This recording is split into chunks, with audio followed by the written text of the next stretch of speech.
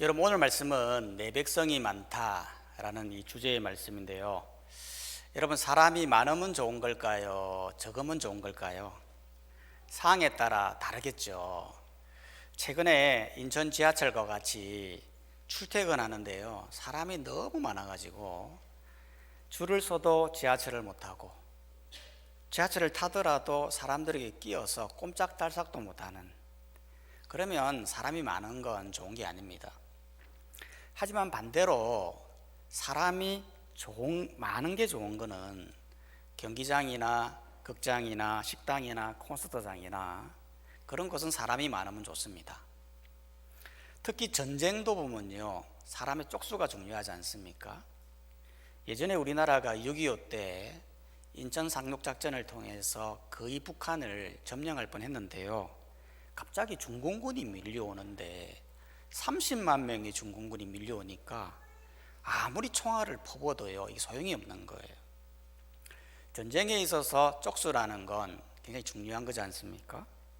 그런데 오늘 본문에 보면 아주 이상한 일이 일어나는데, 1절에 보면요, 이스라엘이 전쟁을 하거든요. 사사기 7장 1절 말씀에 보면 여룻바알이라는 기드온과 그를 따르는 모든 백성이 일찍이 일어나 하루 생곁에 진을 쳤고 미디안의 진영은 그들의 북쪽이요 모레산 앞 골짜기에 있었더라. 즉 기드온과 이스라엘이 미디안의 연합군들, 즉 미디안과 아말렉 그리고 동방 사람들과 전쟁하려고 모인 거예요. 왜 전쟁하려고 모였냐면 이 미디안이라는 나라가요, 이스라엘 입장에서는 죽겠는 거예요. 왜냐하면 걸핏하면 이스라엘을 쳐들어와서는 곡식과 가축을 약탈해 가는 거예요. 잊을만 하면 와서 약탈해 가고, 또 잊을만 하면 약탈해서 가고. 그러니까 도저히 안 되겠다, 이참에 한번 전쟁하자 해서 지금 모이게 된 거예요. 근데 문제는 이 쪽수가 문제인 거예요. 실제로 전쟁하기 위해서 모인 이스라엘의 숫자는 32,000명이고 미디안의 연합군은 그것보다 4배나 많은 13만 5천 명이 지금 대치하고 있는 겁니다. 이 둘이 싸우면 누가 이기겠습니까? 이스라엘 입장에서 보면 굉장히 불리한 상황이거든요. 그래서 어떻게든 쪽수를 좀 더 늘리면 좋겠다 싶은데요, 그런데 2절에 보면 하나님께서 기드온에게 이렇게 말씀하시는 거예요. 2절 상반절 말씀을 보면 여호와께서 기드온에게 이르시되 너를 따르는 백성이 너무 많은즉 내가 그들의 손에 미디안 사람을 넘겨주지 아니하리니. 즉 너를 따르는 백성이 많다, 이렇게 이야기하는 거예요. 아니, 쪽수로 보면 4배나 작은데요, 오히려 백성이 많다 할 게 아니고 백성이 적으니까 더 모아와라, 그렇게 이야기되잖아요. 그런데 하나님은 네 백성이 많다, 그렇게 이야기했다는 거예요. 혹시 이스라엘의 전력이 좋아서 그렇습니까? 예를 들어 무기가 좋다거나 아니면 구성원들이 훈련이 너무 잘 돼서 그렇습니까? 그것도 아니라는 거예요. 이스라엘 군대를 보면 대부분 농부들이에요. 전쟁의 경험이 훈련되지 않는 그런 사람들이 모여 있는 것이고요. 미디안 연합군 어떤 사람들이냐면 이들은 밥만 먹으면 약탈을 하는 사람들이니까요, 칼과 무기를 잘 쓰는 사람들이라는 거예요. 그래서 숫자를 더 늘려도 모자랄 판에 하나님은 백성이 많다, 그렇게 이야기했다는 거예요. 왜 그랬을까요? 그 이유는 다른 게 아니에요. 2절 하반절에 보면 하나님이 정확하게 설명해 주고 있어요. 이는 이스라엘이 나를 거슬려 스스로 자랑하기를 내 손이 나를 구원하였다 할까 함이니라. 즉 쪽수로 이겨버리면 자기 잘나서 이긴 줄 알 거 아니에요. 하나님을 거슬려 자기 자랑 막 할 거 아니에요. 그러니까 하나님이 말도 안 되게 숫자를 줄여버리면 자기가 잘나서 이긴 게 아니거든요. 하나님 때문에 이긴 걸로 알게 될 거라는 거예요. 실제로 이 전쟁을 보면 하나님이 이스라엘을 32,000명에서 300명까지 줄여버려요. 이건 하나님의 구원이 사람의 많고 적음에 이루어지는 것이 아니라 오로지 하나님께 달려있다는 걸 보여주기 위해서 정말 말도 안 되게 숫자를 줄여버리는 거예요. 여러분, 사람은 참 희한한 게 뭐냐면 환경이 좋고 재능이 있고 일이 잘 되면요, 사람이 교만해진다는 거예요. 자기가 잘나서 뭔가 이루어졌다라고 생각하고 자기 마음대로 하려는 그런 성향을 가지고 있다는 거죠. 실제로 사울 왕을 보면 사울 왕이 얼마나 겸손한 왕입니까? 그런데 전쟁 몇 번 이기고 나니까요, 교만해져 가지고 제사장이 해야 할 번제를 자기가 해버리고요, 하나님이 노략물 남기지 말라고 했는데 좋은 거는 다 남겨버리는 거예요. 모든 것이 다 잘 되니까 자기가 잘난 줄 알고 자기 마음대로 하나님 말씀에도 귀가 안 들어오는 그런 상태가 되더라는 거예요.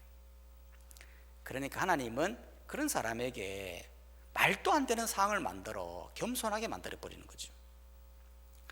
이정교회 한 남자 집사님도 신방을 가니까 간증을 하시는데, 자기는 서울 강남에서 사업이 너무 잘 돼가지고 아파트를 몇 채나 사고 그랬다더라고요. 근데 사업이 너무 잘 되다 보니까 모태 신앙임에도 불구하고 바쁘다는 핑계로 교회를 안 나갔다는 거예요. 그리고는 세상 사람들처럼 할 거 다 하고 클럽 다니고 거의 방탕하게 살았대요. 그런데 IMF가 오면서 사업이 한순간에 망했어요. 남은 건 완전히 빚밖에 없는 거예요. 그런데 희한한 건 망하고 나니까 그때에서부터 하나님이 보이기 시작하더라는 거예요. 잘 나갈 때는 하나님이 안 보였어요. 자기가 잘나서 된 줄 알았대요. 그래서 방탕하게 살았다는 거예요. 그런데 말도 안 되는 그 부자에서 빚이 있는 가난한 상황이 되어버리니까 그때부터 하나님이 보이기 시작하면서 서울에 있는 거 싹 다 정리하고 부산에 내려와서 제일 먼저 한 일이 뭐였냐면 새벽기도 나가는 거라고 하더라고요. 주일 예배는 기본이고, 예배란 예배는 절대 안 빠지고 매일 새벽 3시에 일어나서 기도하고 말씀 보고 새벽기도 참석하고, 그렇게 하면서 부산에서 택배 지점을 운영을 했는데 완전히 대박이 난 거예요. 갑자기 막 사업이 잘 되고 코로나가 와도 더 잘 되더라는 거예요. 이 모든 것이 하나님의 은혜다라는 간증을 들어본 적이 있습니다. 여러분, 하나님은 자기 백성을 정말 사랑하시면 말도 안 되는 상황을 만들어 자신의 영광을 드러내는 거예요. 그렇기 때문에 이 고난이라고 하는 거는 꼭 나쁜 것만은 아니에요. 물론 내가 잘못해가지고 고난이 올 수 있어요. 하지만 아무리 생각해도 알 수 없는 애매한 고난, 그 고난은 사실은 나를 돌아보게 하고 하나님을 보게 하는 하나님의 깊은 의미가 감춰져 있는 것입니다. 이번에 인천에 전세 사기로 몇몇 분들이 극단적인 선택을 하지 않았습니까? 전 그걸 보면서 너무 안타까운 거예요.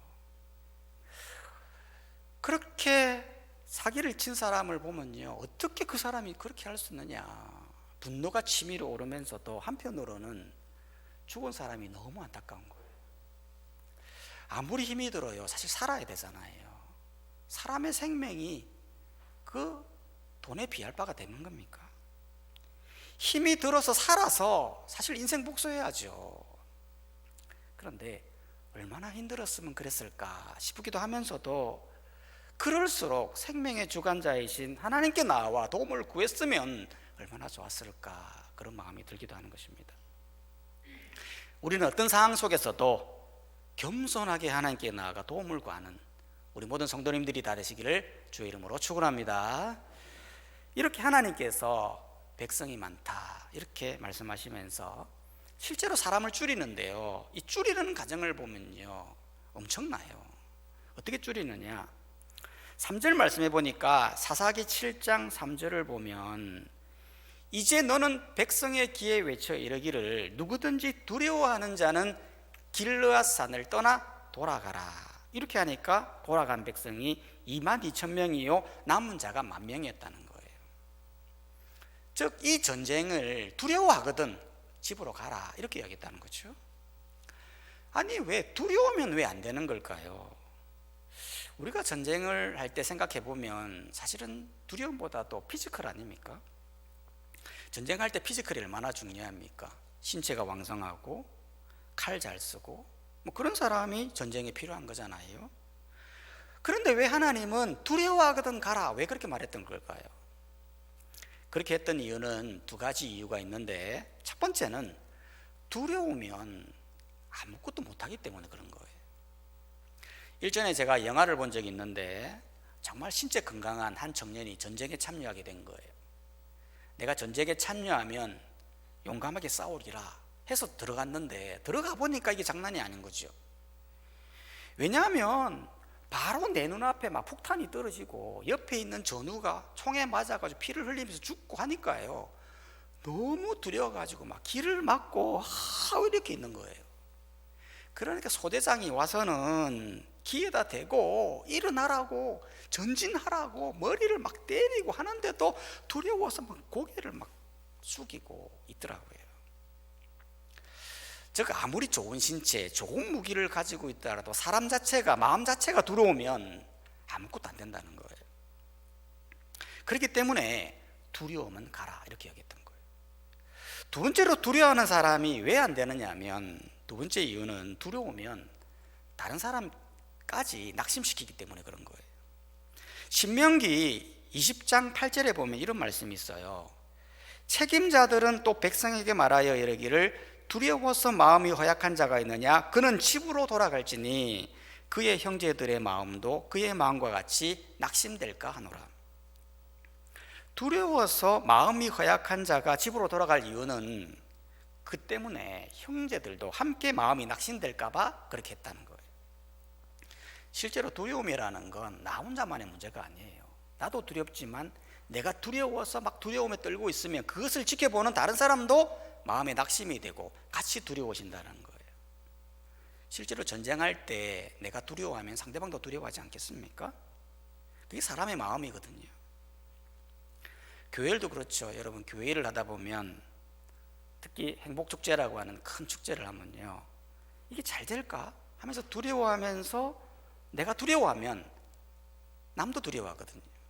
그런데 내가 두려워하지 않고 잘 될 거야, 할 수 있다, 그런 마음으로 거침없이 달려가면 나도 덩달아 달려가게 되는 거예요. 교회는 두려워하지 말고 하나님 믿고 달려가는 거예요. 여러분, 우리 할 수 있습니다. 그렇지 않습니까? 하나님 믿고 두려워하지 않고 무슨 일을 하면 하나님 다 역사하시는 거예요. 하나님 놀라운 은혜가 임할 줄로 믿습니다.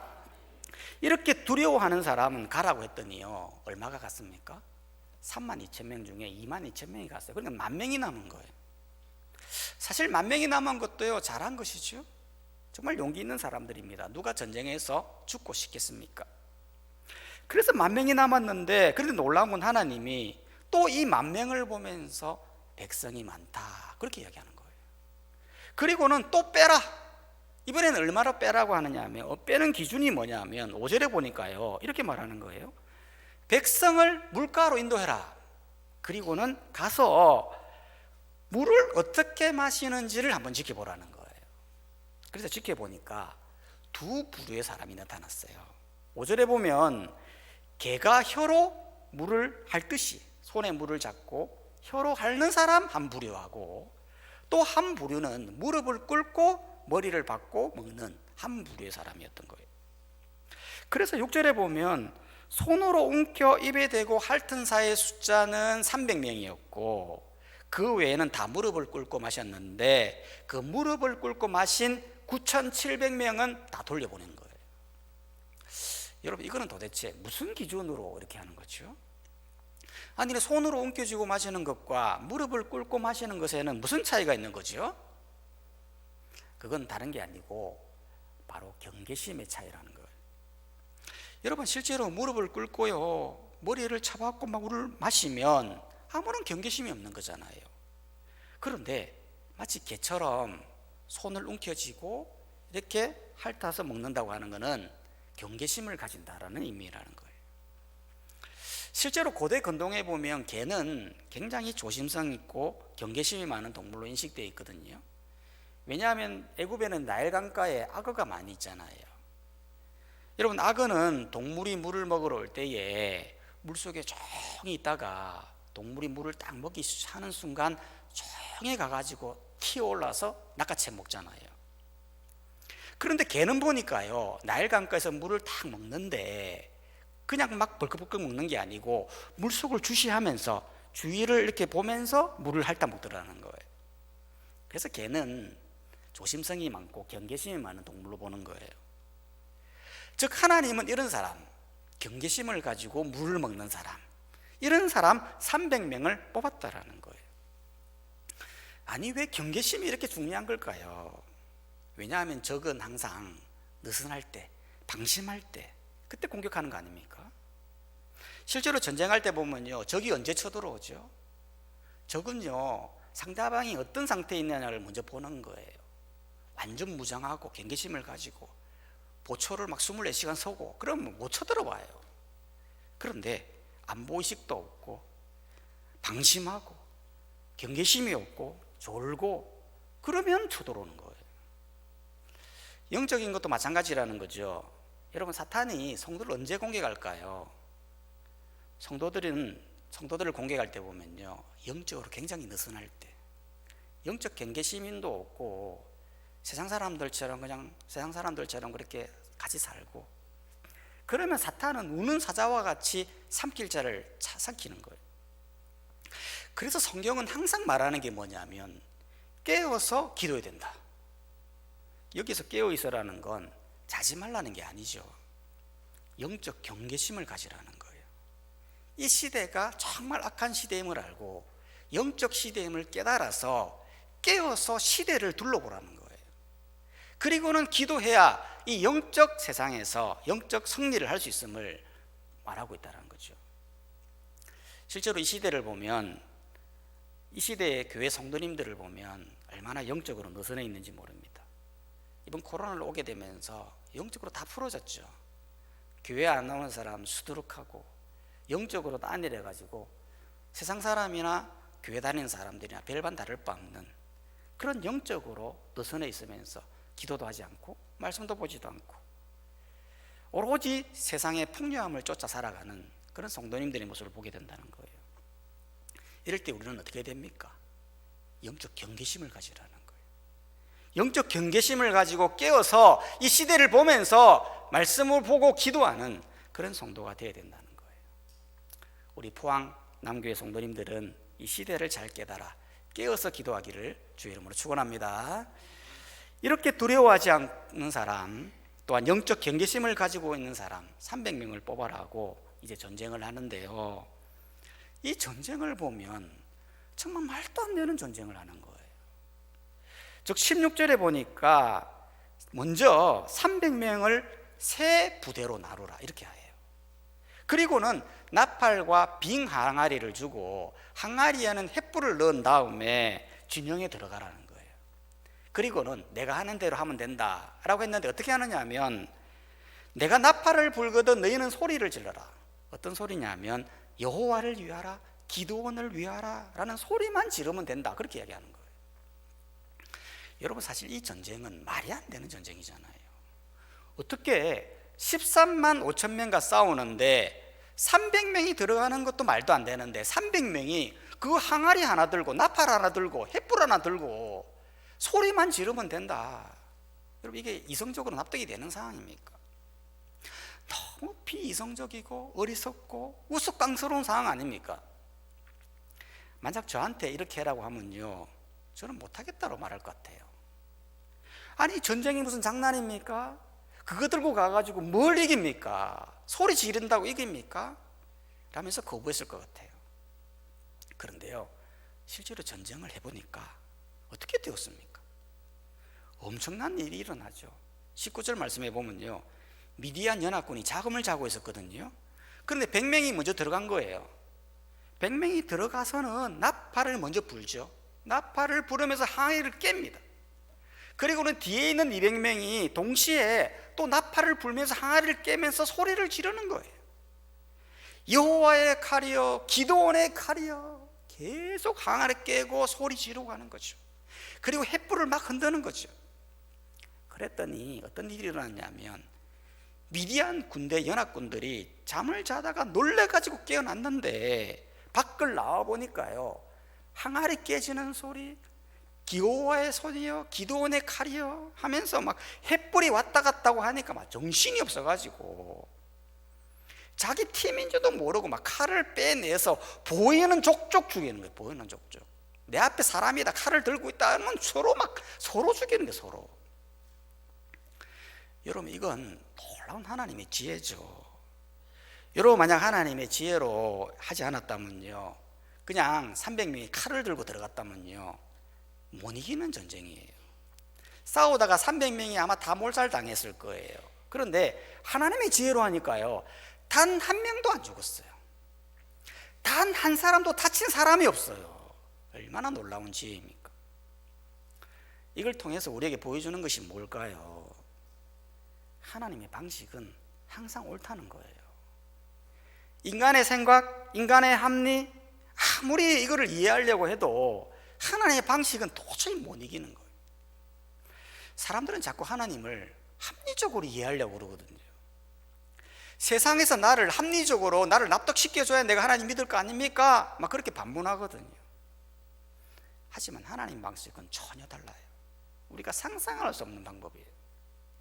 하나님이 우리에게 요구하는 방식은 이 세상에서 두려워하지 말고 영적 경계심을 가지고 내가 말하는 말씀대로만 하면 너희는 궁극적으로 너희는 산다. 너의 생명은 안전한 거란다. 그게 바로 하나님의 방식이에요. 그러면 우리는 누구를 따라가야 할까요? 당연히 하나님입니다. 여러분, 이 세상 두려워하지 마십시오. 우리를 아무리 해하려고 해도 하나님 못 이깁니다. 하나님 말씀대로 순종하고 살면 하나님의 놀라운 기적과 응답이 일어나는 것입니다. 실제로 이 전쟁에 참여했던 이 300명을 보십시오. 자기들이 뭐 했습니까? 특별하게 한 일이 없어요. 두려워하지 않고 그냥 물 먹고 그냥 소리만 질렀어요. 그랬더니 하나님의 엄청난 기적을 눈앞에서 보게 되었습니다.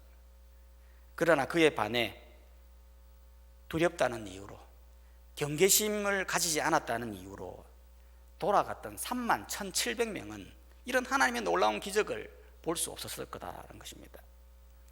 그렇기 때문에 지혜는 하나님 방식에 순종하는 것입니다. 세상을 두려워하지 않고 영적 경계심을 가지고 말씀에 순종하고 나아가면 궁극적으로는 승리한다. 그게 하나님의 방식이다. 그걸 깨닫고 이 세상 속에서 말씀에 순종하며 나아가는 우리 모든 성도님들이 다 되시기를 주의 이름으로 축복합니다. 우리 시간 다 함께 말씀을 생각하시면서 통성으로 한번 기도했으면 좋겠다 싶습니다. 우리가 지금까지 살아오는 여러 가지 인생의 방식이 있을 것입니다. 사람들이 원하고 인생의 성공 방식에 대해서 사람들이 많이 말하고 있습니다. 그러한 것도 우리 인생에 도움이 되기도 합니다. 그러나 궁극적으로 보면 하나님이 말씀하신 말씀이 옳은 거예요. 성경이 해답이고 말씀이 정답입니다. 우린 그 하나님을 믿고 하나님만 따라가면 된다라는 것입니다. 이 시간 우리 기도하게 될 때 하나님 말씀 믿고 이 세상을 두려워하지 않고 영적 경계심을 가지고 기도하며 말씀대로 순종하며 살아가는 제가 되게 하여 주시옵소서. 다 함께 통성으로 기도하며 나가도록 하겠습니다. 기도하겠습니다.